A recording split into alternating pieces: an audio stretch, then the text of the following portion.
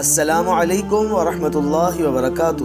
دوستو، قیامت سے پہلے بڑی بڑی علامتیں ظاہر ہوں گی جن پر ایمان لانا ضروری ہے، اور انہیں علامات کبریٰ کہا جاتا ہے۔ حضرت ابو ہریرہ رضی اللہ تعالی عنہ کہتے ہیں، رسول کریم صلی اللہ علیہ وسلم نے ارشاد فرمایا، قیامت اس وقت تک نہیں آئے گی جب تک حجاز سے ایک آگ نہ بھڑک اٹھے جو بصرہ کے اونٹوں کی گردن روشن کر دے گی۔ اس حدیث مبارکہ میں جس آگ کا ذکر آیا ہے، اس آگ کے بارے میں مؤرخین کا کہنا ہے کہ اس آگ کے نمودار ہونے کا حادثہ پیش آ چکا ہے۔ یہ آگ جمادی الثانی 650 ہجری جمعہ کے دن مدینہ منورہ کی بعض وادیوں سے نمودار ہوئی اور تقریباً مہینہ تک چلی۔ راویوں نے اس کی کیفیت یہ لکھی ہے کہ اچانک حجاز کی جانب سے وہ آگ نمودار ہوئی اور ایسا معلوم ہوتا تھا کہ آگ کا پورا ایک شہر ہے اور اس میں برج اور کنگورے جیسی چیزیں موجود ہیں۔ اس کی لمبائی 12 میل اور چوڑائی 4 میل تھی۔ آگ کا سلسلہ جس پہاڑ تک پہنچتا اس کو شیشے اور موم کی طرح پگھلا دیتا۔ اس کے شعلوں میں بجلی کی کڑک جیسی آواز اور دریا کی موجوں جیسا جوش تھا، اور یہ محسوس ہو رہا تھا کہ جیسے اس کے اندر سرخ اور نیلے رنگ کے دریا نکل رہے ہوں۔ وہ آگ اسی کیفیت کے ساتھ مدینہ منورہ تک پہنچی، مگر عجیب بات یہ ہے کہ اس کے شعلوں کی طرف سے جو ہوا مدینہ منورہ کی طرف آ رہی تھی وہ ٹھنڈی تھی۔